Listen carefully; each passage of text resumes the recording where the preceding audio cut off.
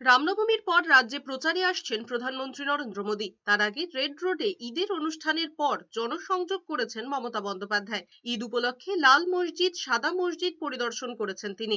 মমতা বন্দ্যোপাধ্যায়কে ঘিরে ধর্মপ্রাণ মুসলিম মানুষদের উৎসাহ ছিল চোখে পড়ার মতো। কচিকাঁচাদের হাতে গোলাপ ফুল তুলে দিয়েছেন তৃণমূল নেত্রী। মমতা বন্দ্যোপাধ্যায় যখন জনসংযোগে ব্যস্ত, তখন ঝিরঝিরে বৃষ্টিতে মাথায় ছাতা ধরে অভিষেক বন্দ্যোপাধ্যায়। এদিকে রবিবার থেকেই ভোটের প্রচার শুরু করছেন তৃণমূল সুপ্রিমো মমতা বন্দ্যোপাধ্যায়। অহিন্দ্র মঞ্চে রবিবার সন্ধে কর্মী সভায় যোগ দেবেন মমতা বন্দ্যোপাধ্যায়। এখান থেকেই তিনি রাজনৈতিক প্রচার শুরু করে দেবেন। আগামী সপ্তাহে উত্তরবঙ্গে প্রচারে যাওয়ার কথা তৃণমূল নেত্রীর।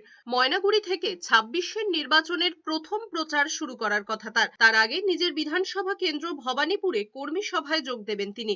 রবিবার কর্মী সভায় থাকবেন ফিরহাদ হাকিম সহ ভবানীপুর কেন্দ্রের তৃণমূল কাউন্সিলররাও। আগামী সপ্তাহে প্রচার শুরু করবেন অভিষেক বন্দ্যোপাধ্যায়ও। তার আগে ঈদের অনুষ্ঠানে সম্প্রীতির বার্তা দিয়েছেন অভিষেক বন্দ্যোপাধ্যায়। তার অভিযোগ, বাংলার সম্প্রীতি নষ্ট করে ভাইয়ে ভাইয়ে দ্বন্দ্ব লাগিয়ে দেওয়া হচ্ছে। এই চক্রান্তে যেন কেউ পা না দেয়।